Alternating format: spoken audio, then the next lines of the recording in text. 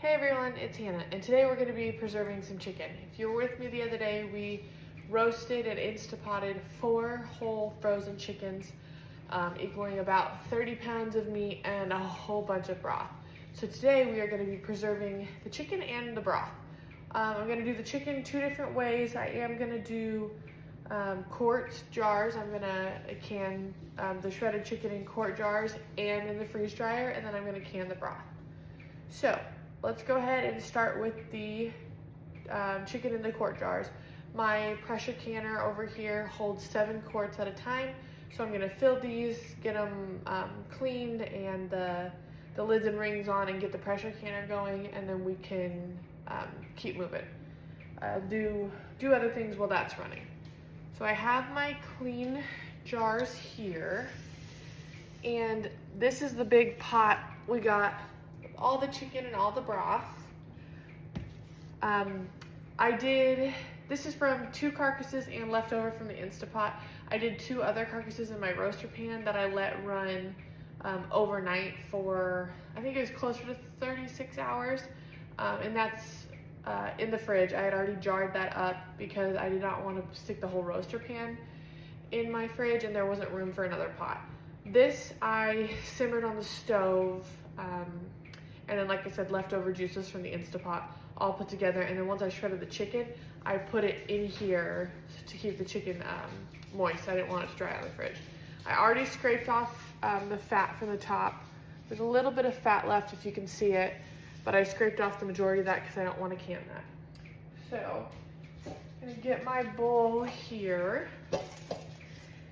And I'm not sure the easiest way to go about this, but I'm just gonna fish out the chicken with the strainer and stick it in the bowl and then can it.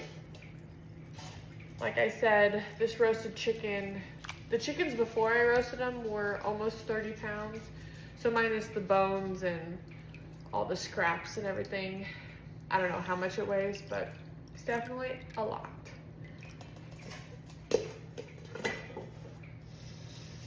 So you can see, I'm just gonna let it sit here, get my funnel, and start filling. I did clean my hands right before I turned you guys on, and I'm just gonna put some decently big chunks in there. I don't wanna make them too small, just in case they get mushy, but I want them to be small enough that they go in and out of the jar easily, and the heat from the pressure canner can easily penetrate through. So I do have an All-American pressure canner. I've had it for 5, maybe almost 6 years. I use it all the time. I use it a lot more than I water bath, just because I can a lot more things that need pressure canning than I do water bathing. And I love it. It is a weighted gauge, and I use 10 pounds of pressure for my elevation, and I will show you just kind of how I set it up. So I want to pack them decently tight, and then we're gonna put chicken broth over the top. Now obviously I don't need my funnel to be putting these in here, but I am just using it so that I don't get too much grease on the outside, because if you have too much grease on the outside of your lid and it doesn't come off, it might prohibit a seal from forming in your jars. So that's a decent amount. I mean, I want to do about 1 meal's worth, and we're a family of 5, but obviously the newborns aren't eating yet, so I don't need too much in here, but just enough for a meal and some leftovers. That's why I'm doing it in quarts. We both work full-time, Chase and I do, so leftovers definitely helpful.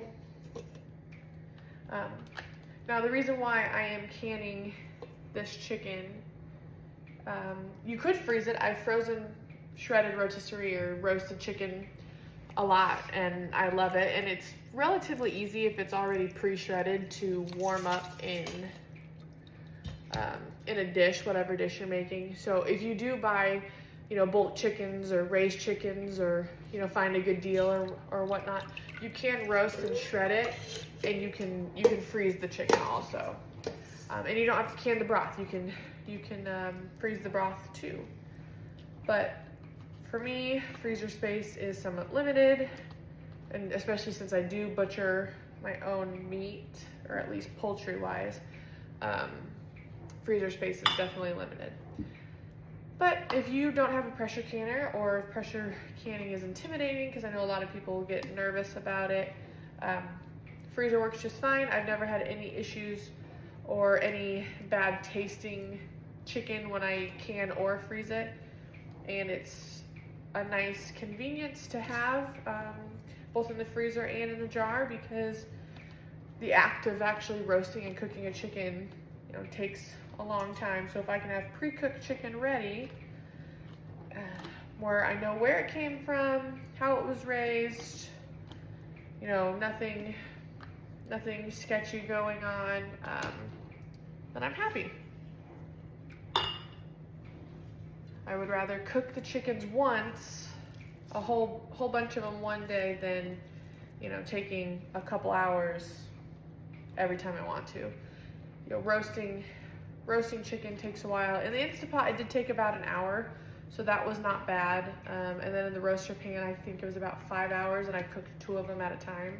So I've spatchcocked chicken and put them in the oven before too, and that's between an hour and an hour and a half, just depending on how big the chicken is and if it was frozen or not before.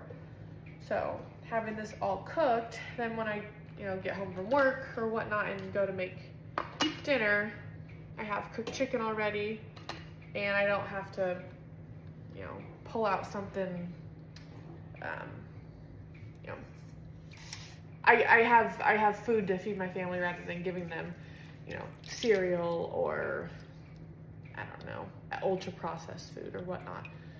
So that's kind of why I do this. It's relatively easy, it's healthier, it uses up the chicken from the freezer, because since roasting chicken takes a decent amount of time, I'm not as likely to grab a frozen chicken out of the freezer. So this helps a lot. But the shredded chicken, I never found that I had any issues with it in the freezer. It was very quick to throw into dishes and thaw out. That was not a hindrance. So if that's your option, then I would definitely recommend doing that. I love it. I'll probably still do it just for versatility reasons. But I have not canned this amount of chicken before, but I did roast up a couple turkeys and do that. I anticipate this will be, the same as the turkeys. So I am definitely looking forward to it. If you guys want to see how I'm going to use this canned meat or freeze-dried meat, let me know and I can get a few recipes ready for you guys and show you all the different ways I can use this. So I'm definitely going to get the 7 quarts and then hopefully 1 or 2 trays on the freeze dryer. And yeah, so I'm just going to keep on filling these. Once I finish, I'm going to top them off with some broth. Now, technically you don't have to. You can also raw pack the chicken. You don't have to cook it before. I prefer cooking it. I just feel better doing it that way. I feel like it has more flavor if you pack it cooked, but you could do raw. And then yeah, you don't have to put broth in there. I think it would make it more flavorful to do broth rather than water or nothing. You could just let the chicken make its own juices. I just prefer that it be covered. But if you have any questions about canning times, about how to pack stuff, if you go to I believe it's the National Center for National Food Preservation. I don't know, it's something like that. I can find the website and put it down below, but it's the National Food Preservation website or center website. And they have different ways to preserve food, not just canning, but canning is one of the options. And then it breaks it down into category like fruits, vegetables, meats, stocks, all the things. And that gives you your canning times per quart jar or pint jar, your canning times per raw pack or hot pack, and then the different canning times between everything, the fruits, the vegetables, the stock, all the meat itself, all that. And then it does tell you if you have to water bath it or pressure can it. Now, canning is definitely a science. Once you are comfortable with it, you are able to decide for yourself like what you feel comfortable with doing. I know there's a lot of people that do rebel canning out there. I've done some rebel canning. I don't like using a water bath canner in place of a pressure canner. That's not the type of rebel canning I do. But what I prefer doing in terms of rebel canning is deciding what I'm gonna can and doing that in what I feel like is a safe manner. I do enough research and I have canned enough that I kind of understand the rules and the science behind it. And to me, just because something isn't an approved item to be canned doesn't necessarily mean it's unsafe to can it. It just means that it has not been tested and approved by the food preservation people. So they can't test every recipe, they can't test every food, they just do as much of the common stuff as they can. And I think that's kind of where it scares people, because it's not an approved recipe. Well, it just might not be a recipe that's tested.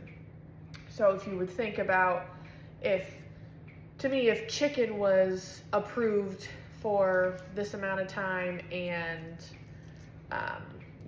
in a pressure canner and whatnot, then turkey would be approved. But they just might not have tested turkey. And that's kind of my philosophy behind it. But do your own research.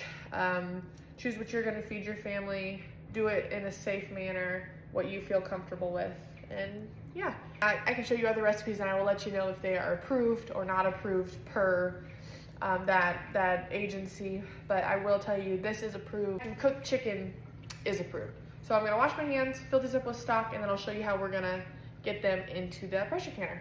Okay, so just gonna move this over here for now. And I have a towel under here to catch any of the drippings, but we are just going to start filling these up. And then I leave it to about an inch of headspace. Oh. And once I have these all filled up, I'm gonna debubble the jars and wipe the rims with vinegar and then put the lids on. So you wipe the lids with vinegar to make sure there is nothing on the rims.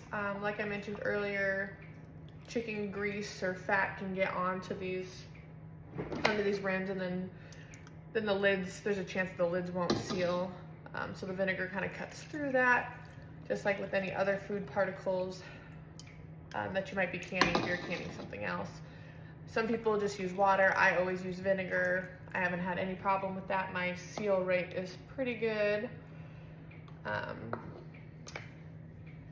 But you do want to make sure to debubble, especially since there's so many air gaps between the chicken.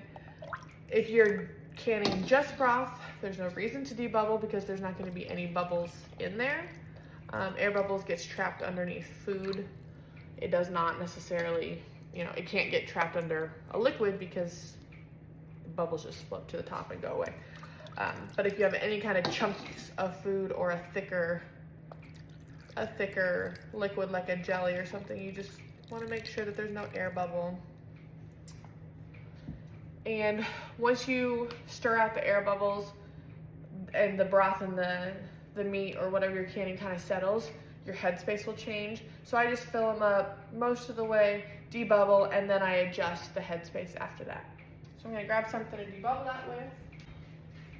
I left my actual debubbler downstairs with the rest of my canning stuff, so I'm just gonna use a straw. Some people use chopsticks or skewers or anything that's long enough to kind of get to the bottom and stir everything up.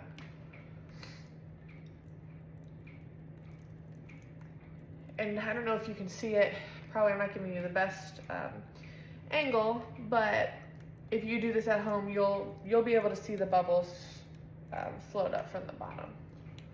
Let me see if we can catch any. Maybe if I can do this at the same time.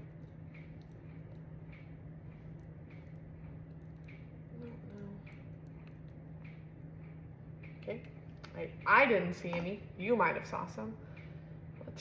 Let's check this one.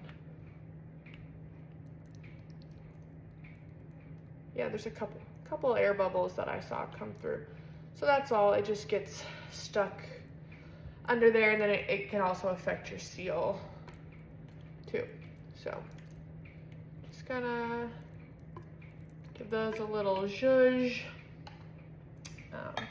and top them off with a little bit more broth.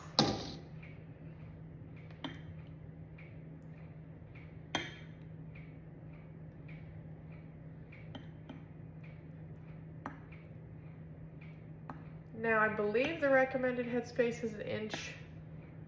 I have a tool that tells me how much 1 inch is on these jars. I usually go between probably 1 inch and 1.5 inches, just because sometimes I get, or not 1.5 inches, sorry, 1 inch or 1/2 inch, just because sometimes I get a little heavy-handed. But that, to my knowledge, has never affected any of my jars. But if I were you, I would try to be as close to what they recommend as possible, just because that's how they determine if it's, how it seals the best or whatnot. So I'm gonna get some vinegar on a paper towel and wipe these rims.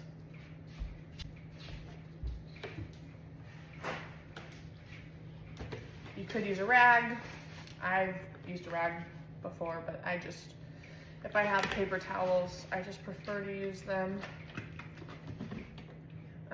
because I don't want to introduce, if a rag has other stuff on it, or if it has like fibers on it, that it can leave behind, then I don't want that to possibly inhibit the seal. Also, if there's any like chips or cracks in your jars that might not seal, yeah.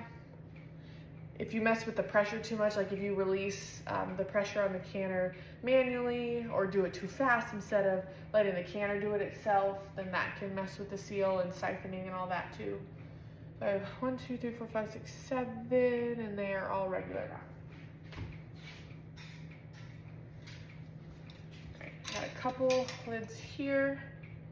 Basically, you just put it on and then screw your lid down. Screw your lid down fingertip tight. You don't want to do it too tight.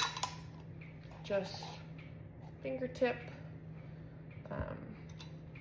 Again, we're all just trying to maintain or create good seals.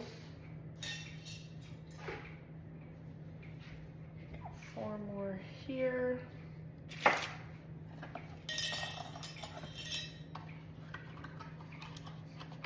And I am using ball lids. I haven't necessarily had any issues with them.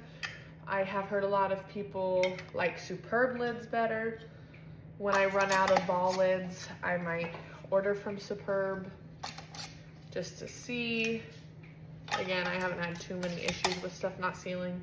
Usually the only things I have that don't seal are thicker. For some reason, enchilada sauce. That one I did not have a very good seal rate on, and I had canned multiple batches on that, and that was probably my highest fail seal rate. It's thick and it was sticky. I don't know if maybe that's why. But I am gonna take you over here. Whoa. To my pressure canner.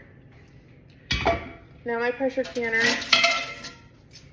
does come with a weight, and I think I said this, I'm not sure. My elevation calls for 10 pounds of pressure, so you can see on the weight it says 5, 10, and 15. So I will just put it with the 10 side up. It does come with 2 racks. Because I'm doing quarts, I'm only gonna put 1 rack in. When we do pints later, I'll do 2 and we'll stack them. And then you want to fill about 2 inches of water in here. I have cold jars, so I'm going to go do cold water. If I had hot jars, or if I was canning this right when I made it and the liquid was hot, I would be doing hot water. So I'm just going to put some cold water in here. All right, I put a couple inches of water in there. Now I'm just going to throw the jars. I guess I didn't really show you what they look like, but I'm just going to throw the jars in here.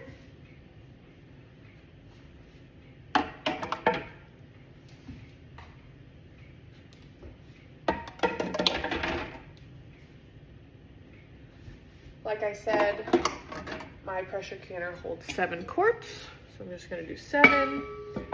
Put this on.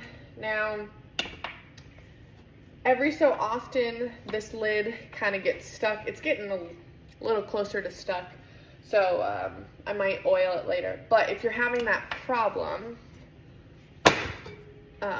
you could just run a little bit of olive oil on the here and then here. And that'll help it twist on and off easier and not get stuck. So then, if you can see, when you go to tighten this, you do opposite ends.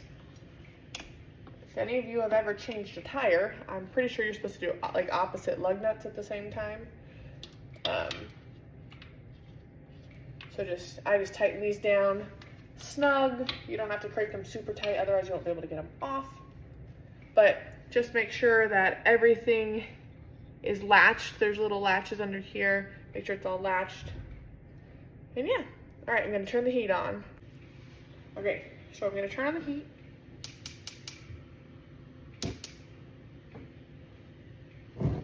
And I want it pretty high, but in a few minutes I'll show you as the pressure builds. The steam will start coming out of this port. That's where the weight goes. You just set it right on top, but it has to vent for 10 minutes. So I'll show you what venting looks like when that happens. So bring it back over here.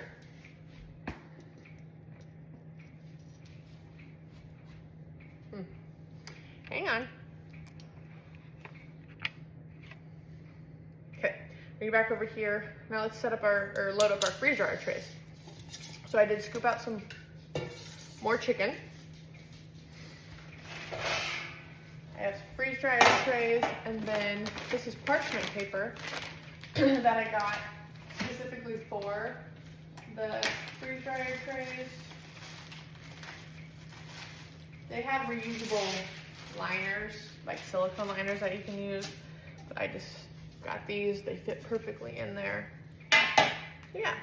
Now I am gonna try to break these up a little bit more into bite-sized pieces. One, they will freeze and dry a lot faster, and two, when we rehydrate, it'll be ready to go. I won't have to break it down anymore. From the turkey that I can, I noticed that leaving it in the big pieces, it shreds really easily. I can dump it in whatever I'm making, and as I'm stirring just to get it incorporated with the dish, it shreds. So I don't have to worry about that with the canning. I guess I could be using a knife because some of these are pretty long, but it doesn't bother me. So, I don't know how many trays of this I'm gonna do.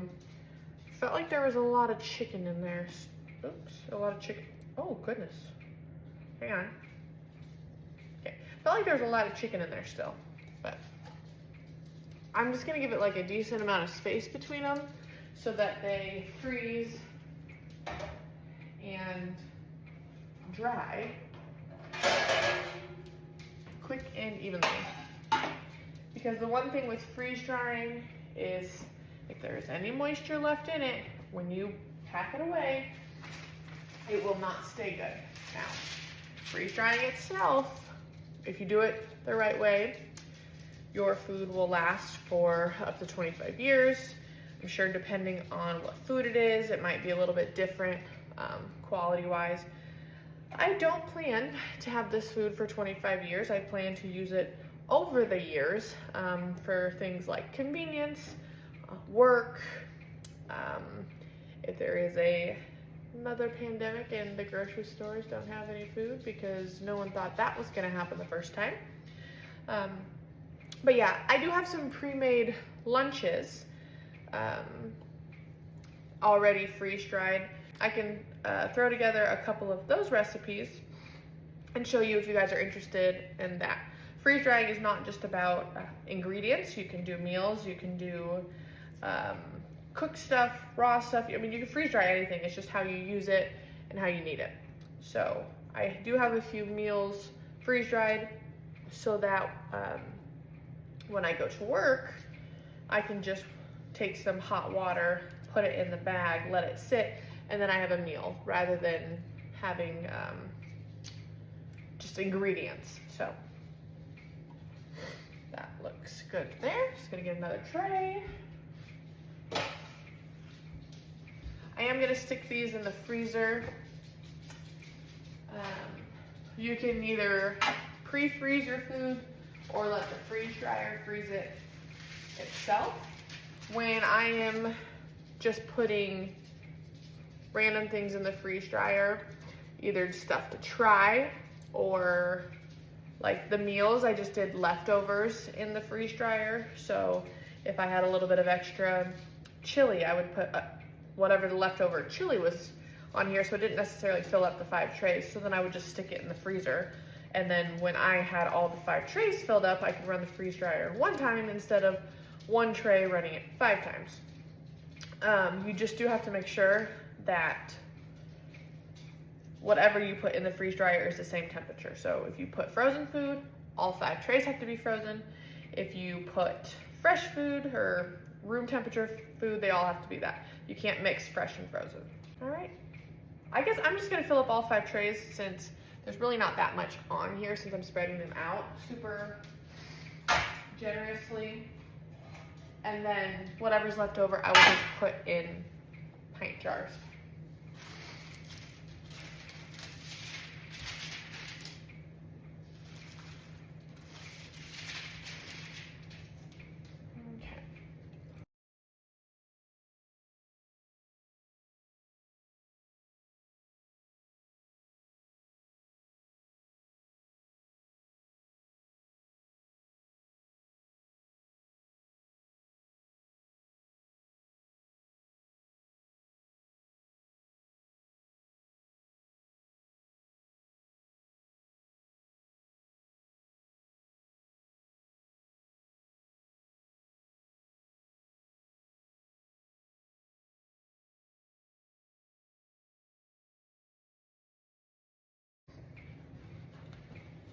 Okay, so I got all 5 of my freeze dryer trays loaded with the chicken.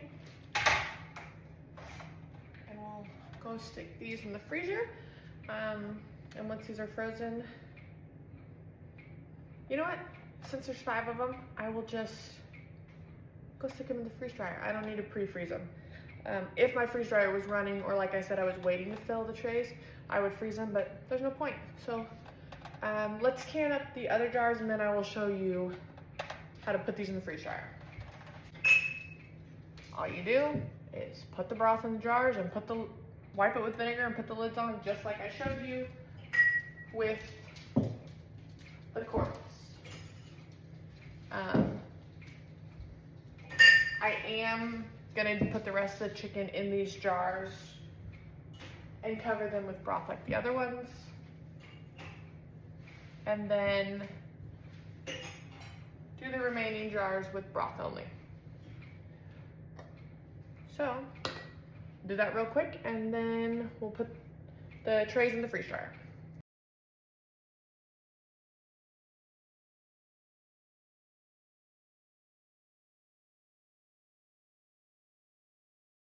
I am choosing, okay, I have 2 wide mouth pint jars, but those are the 2 that I used for the shredded chicken.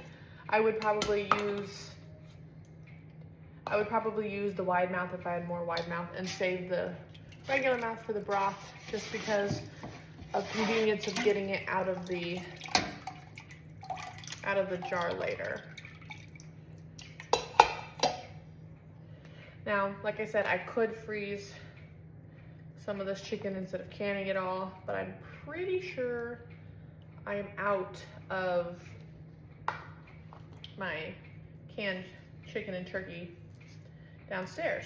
So the more I can get on the shelf, the better, especially because if I'm already out of it, that means we used it and we liked it. Now, we are not a huge fan of dark meat. So our turkeys, I was very intentional about splitting up the dark meat and the light meat between the jars so that we didn't get a whole can of dark meat. Usually when I mixed it together, we can't really tell. I don't know, we just don't really prefer the dark meat. When it's mixed, it's just less overwhelming. Our chickens, however, were very light meat birds. I mean, you can tell, you know, like, you can tell, oops, you can tell this is probably dark meat. You can see it. But it wasn't a huge difference like you would see a chicken that you guys get from the grocery store or from our turkeys, which our turkeys is a pretty big difference, a normal difference. I think ours was pretty similar or pretty light because our chicks were only 6 or 7 weeks old when we took them to the butcher, and they were not very active. They were very big. They got very big very fast, so they didn't really have a chance to use their legs. I could be completely wrong, but I'm pretty sure the more active, and the more they use the muscle, the darker the meat. I don't know, I could just be completely making that up, and that could be not right at all, but that's what I'm going with. So, looks like I got it all.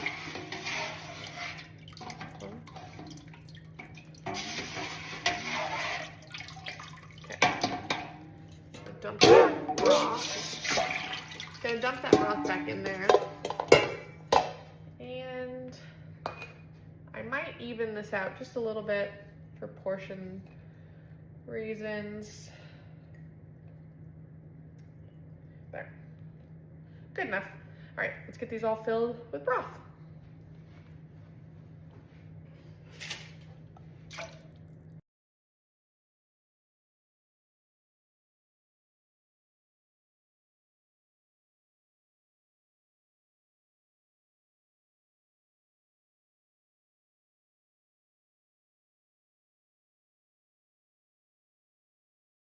In here, it's a nice light broth color. I did taste it. It was a very subtle broth. Usually I cook it, this one's too full. Usually I cook it in the roaster so it gets a deeper color. And I will show you my roaster stash. I have it in the fridge. It needs to be canned still. But usually I cook it in there and it gets a deeper color, probably just because it cooked longer and more color came out of the veggies and stuff. It does definitely taste different than this. This is a light, fresh, very chickeny broth, where the deeper broth, it has like a, I mean, not like quite a roasted flavor per se, but yeah, it's a deeper profile, more veggie taste to it. It's like a veggie broth and a chicken broth mixed, where this one, I taste primarily chicken. Both taste good. Both can be used interchangeably. But, you know, if I'm making something, I might do 1 quart of the dark and 1 quart of the light, or I could do 2 of the same kind.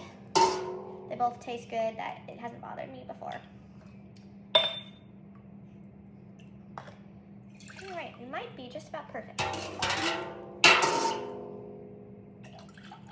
And out of my roaster pan, I got 7.5 quarts, which is right on par almost every time I make broth in my roaster pan. I get between 7 and 8 quarts. And then usually I'll can the 7 because that is what fits in my canner, and then I will use the leftover for dinner that night.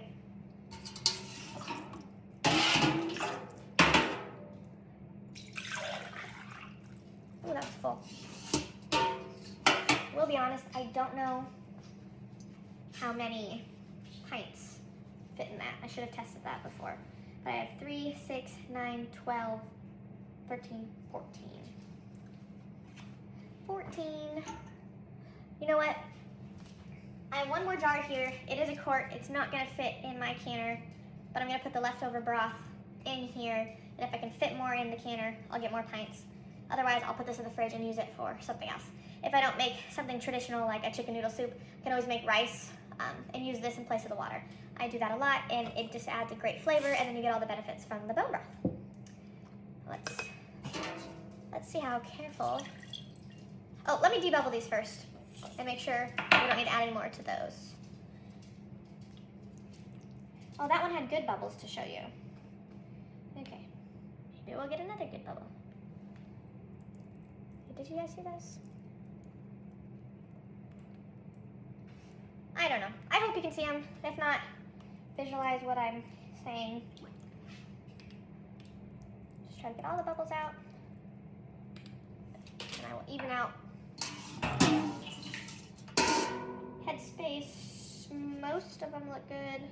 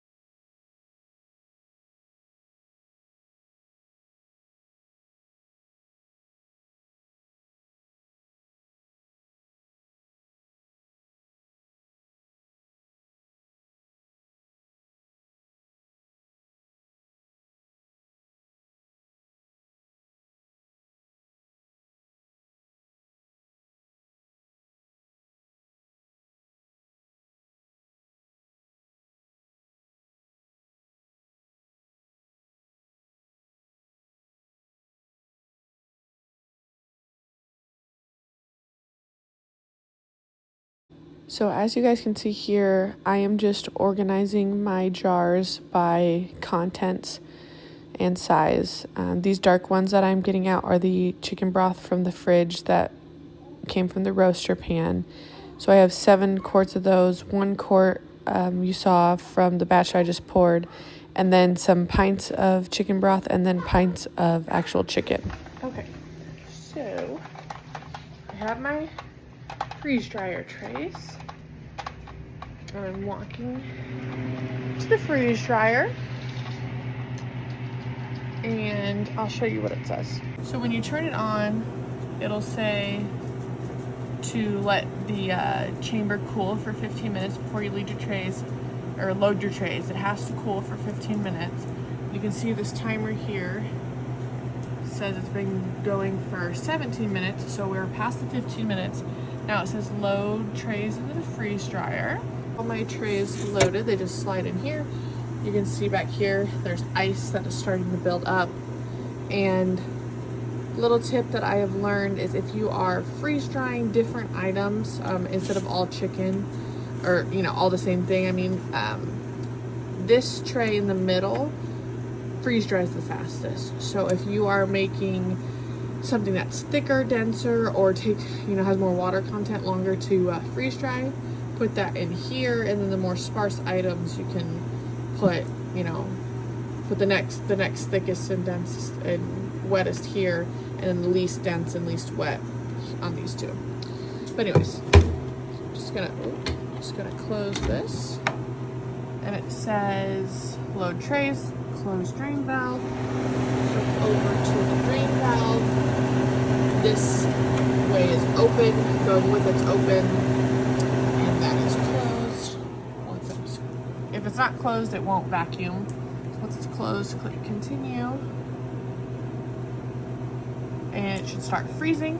And automatically, once it is done freezing the food and can sense that the food is frozen and then some, it goes pretty cold in there, then it will start the drying process. And then there will be a timer up on the screen to let you know. Okay, so we're gonna let that go. It's gonna take a long time, and we're gonna go back upstairs and check the canner.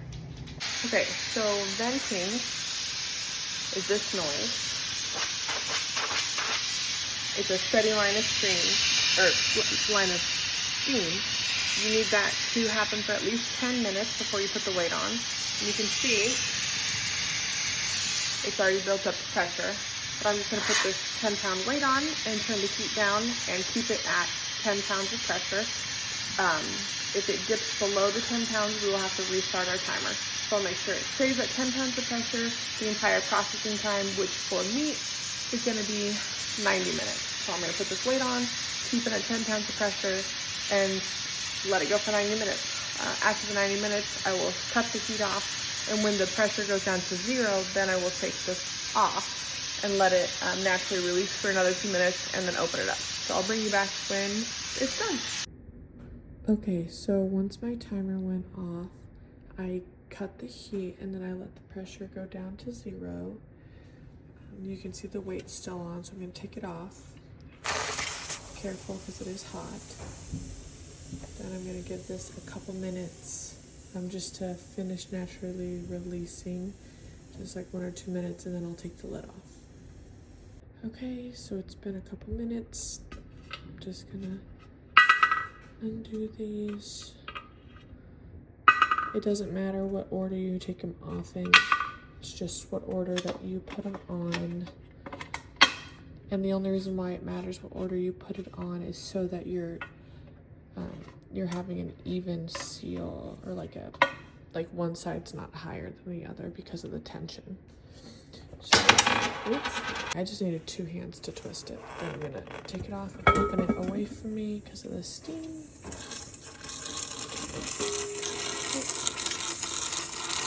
That noise is just a little bit siphoning. You can see that they are still boiling in there.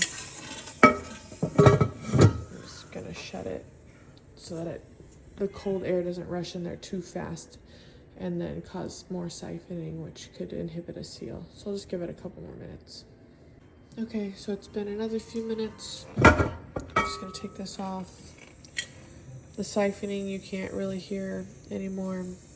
You can hear a tiny bit of just air releasing, but it's not like liquid coming out of the jars or anything. Obviously they are still extremely hot and bubbling. So I'm just gonna leave them in here sitting like this for a few minutes. And then we'll take them out and set them on a towel on the counter. You don't want to set them directly on the counter because the stone can be too cold, and putting those extremely hot jars on a stone counter or a cold counter surface can shock the jars and then they can crack. So we'll give this a few minutes just sitting here like this, and then I will move them to the counter. It's been a few more minutes, so I'm going to go ahead and take these out. I do have an actual jar grabber downstairs. However, I'm tired. I worked all day, and these just canned for 90 minutes plus, or boiled whatever for 90 minutes plus the start and stop time. So it's late. I am tired. I don't want to walk downstairs. I'm just going to use an oven mitt. So the trick with these is, as long as you don't tip the jars, you just keep it upright, so that you don't change the pressure or anything in there, you should be fine. So you just pull them straight up and out and put them on a towel.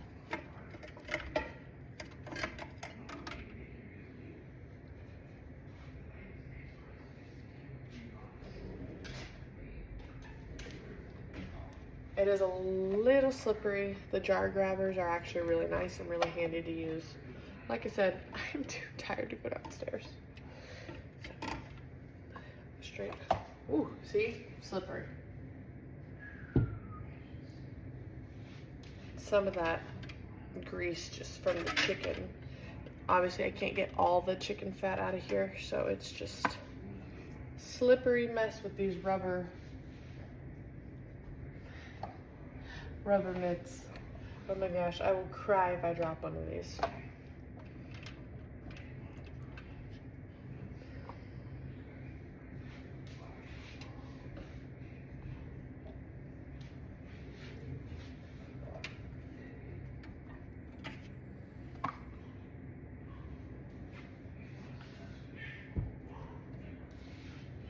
Maybe I should have just went downstairs. This is difficult. I'm squeezing these things so hard trying not to drop them.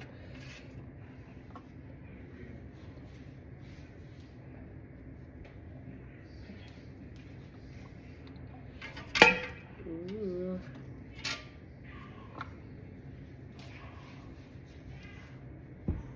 Okay.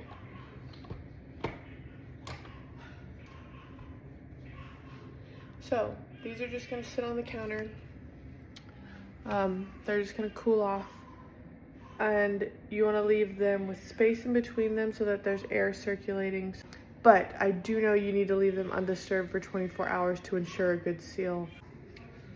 Okay, so I have 3 more batches left to can no matter what. I have pints of chicken broth, quarts of chicken broth, and pints of chicken. So I can only fit 9 pints in here at a time. So I'm getting my 9 pints of chicken broth in here.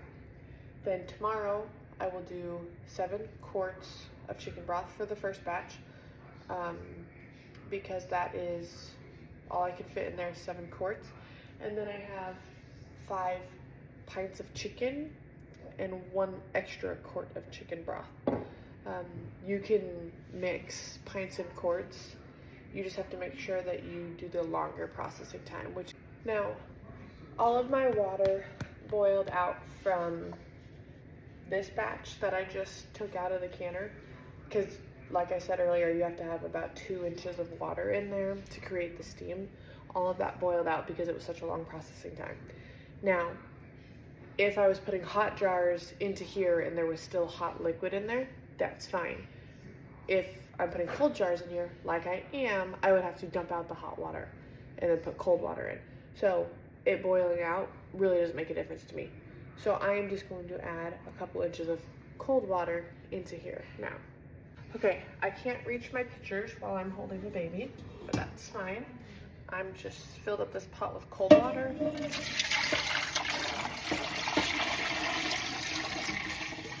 And trying not to make a mess, just added a couple inches in there. So now I'm gonna put the lid on.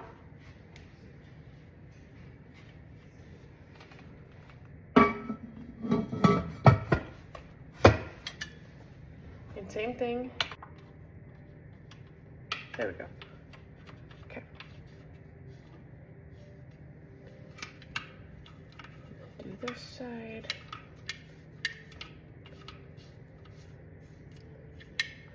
So I don't know if you notice, if you can tell, but obviously I unscrewed these to take the lid off, and when I'm putting them up, I'm having to loosen them a little bit to get them to fit, and then tighten them back down.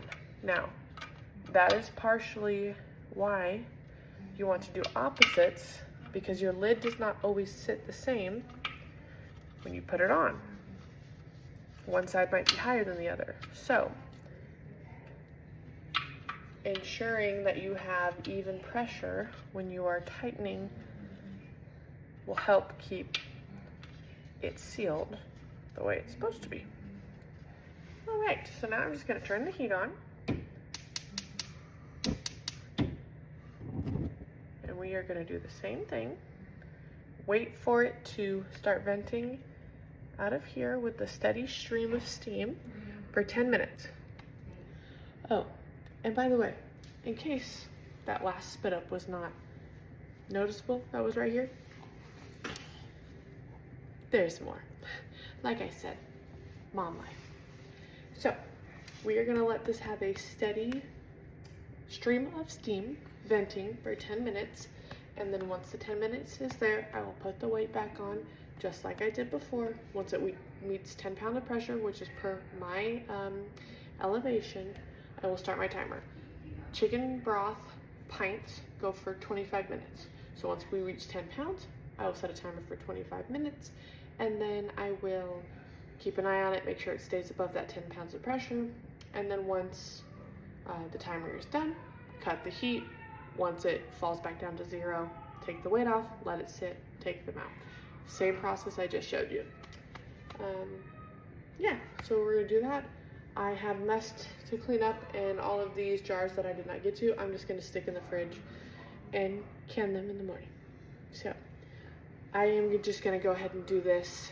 Like I said, it's the same process I just showed you, and I will bring you back tomorrow when we can these. Okay, so it says our freeze dryer is complete. You can see it processed for 13 minutes, or 13 hours and 16 minutes. So now I'm going to come over here and open the drain valve and release the pressure, and let's see what we got.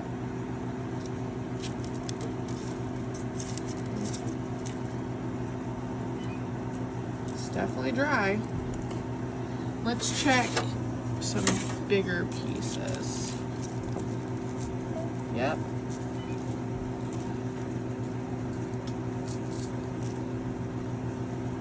I don't know if you can see, it is, maybe if it'll focus, there we go. It is dry. All right, so let's get these guys packaged up.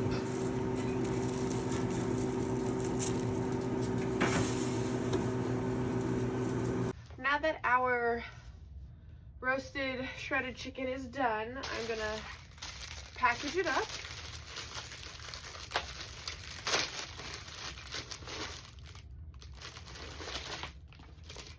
I think I'm just gonna use these Harvest Right bags. They are,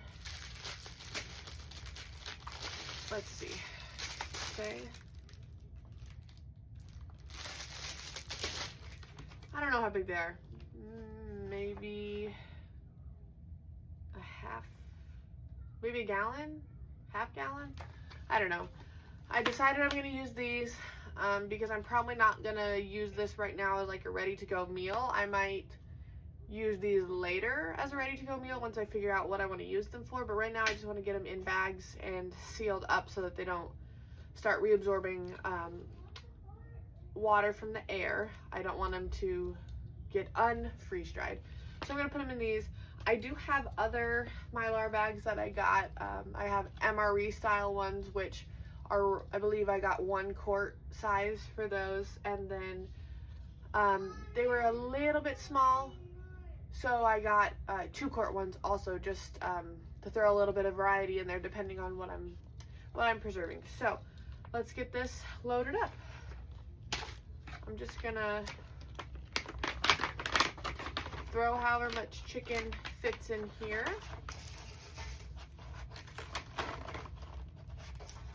Like I said, I'm not, I don't have a plan for this yet, so I'm just preserving it. Oops.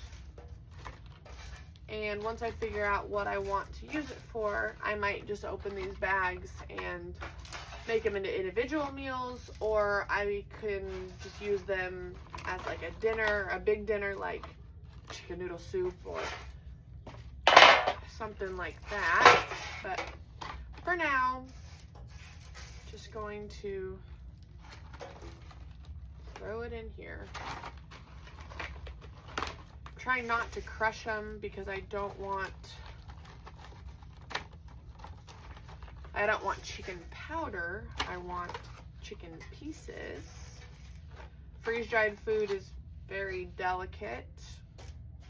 and can be crushed or powderized very easily, which is helpful if you want powders of certain kind, like fruit powders for drinks or for flavoring things. I use tomato powder for like a thickener, so in place of tomato paste, sometimes I use tomato powder. I've also used tomato powder for pasta. I just cook pasta in chicken broth and throw a little bit of tomato powder in there just to give it that flavor. Squash powder is one that I didn't think I would use, but I actually really like that one. I hide it in a lot of food, soups, chilies, anything creamy, like pasta, lasagna, like anything that has a sauce or a cream or a broth to it. I can put the squash powder in, and it's just yellow squash that I grew in my garden. I chopped it up and freeze dried it, and then I blended it up into a powder. And you can't taste squash when you use it. If anything, it might just have a sweet flavor.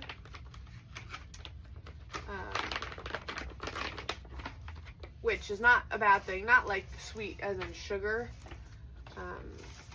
but it gives all those extra vitamins and nutrients to the food without really noticing, which is nice.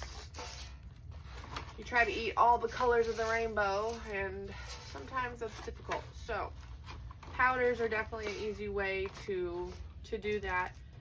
Zucchini is also a good one, because you can't taste that one at all. It will thicken stuff because it takes so much water in,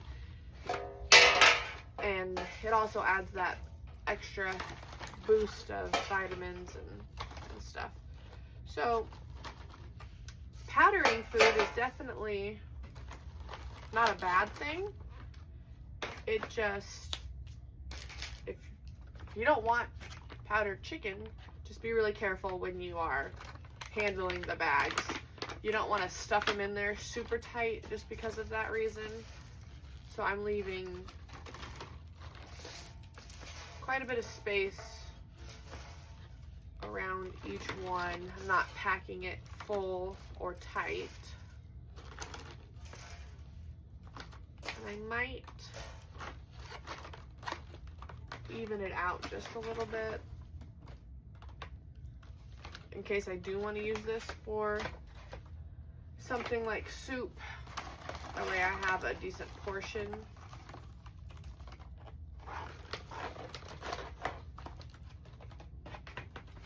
could have tried to squeeze this into 3 bags instead of 4. But oh well. Okay, so we have our 4 bags filled. And Olive gets a little treat of leftover chicken. Now we're going to take our oxygen absorbers here.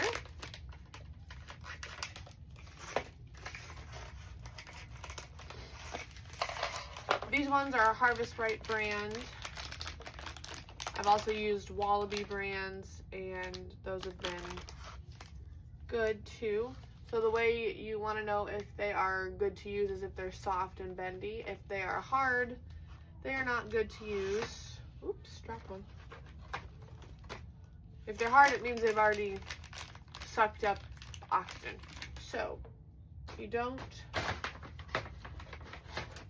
want to do that. And they come in different sizes. I have not yet really looked at what sizes are for what. These ones seem a little bit bigger than the Wallaby ones that I have, so I'm not sure if this is how I'm supposed to be using them, but better too big than too small, I guess. So after you open a pack of oxygen absorbers and you don't use them all, if you put them in a mason jar and suck all the air out, they will stay good. So I just put this guy on and press start, and it sucks the air out, and when all the air is gone, it stops. You could also put these in a Mylar bag and seal them, but then you have to waste a bag and open the bag every time you need them, so that would go through a lot of bags, whereas this jar I can reuse every time I open a pack and don't finish them all. Do not put them in a Ziploc baggie because those are not airtight, and air will get in there and your oxygen absorbers will then go to waste. I also do have something that manually sucks the air out. You put it over the top of the jar too, and then you just pump. It's like a little, like a bicycle air pump kind of thing. You just pump out the air and it sucks out the air. Okay, so I have my Harvest Right little heat sealer guy here. Just going to plug it in.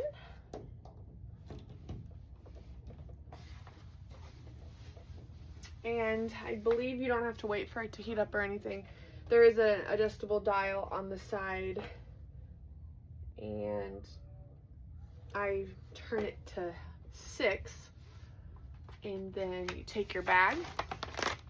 The bags have little tear-away things, if you can see those, so that way when you go to use this, you can just tear it away like you would get a normal bag from the grocery store. So I always heat seal it above that.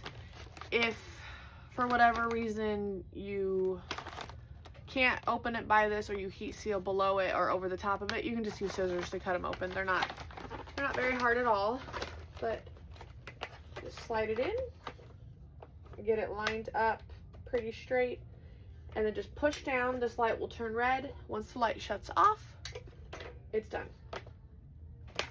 Just peel it off. Then there you can see it heat sealed it,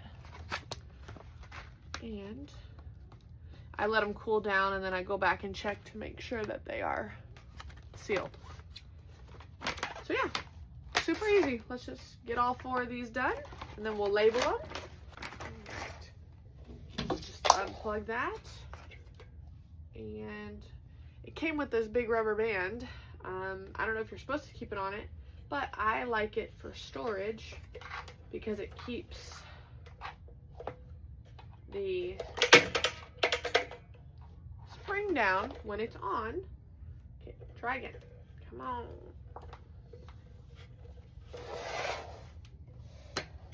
Ah, come on.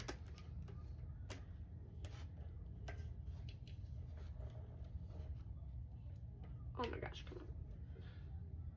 Goodness gracious. There we go. Keeps the spring down, and then I can just kind of tuck the cord in like this, and it is easy to store. All right, let's label these.